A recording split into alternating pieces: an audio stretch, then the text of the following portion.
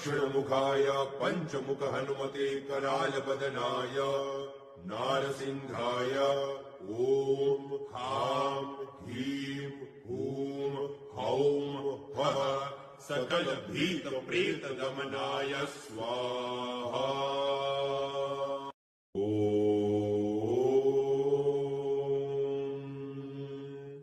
दक्षिणमुखाय पञ्चमुख हनुमते करालबदनाय नारसिंहाय ॐ ह्रां ह्रीं हूं हौं फः सकलभीतप्रेतदमनाय स्वाहा।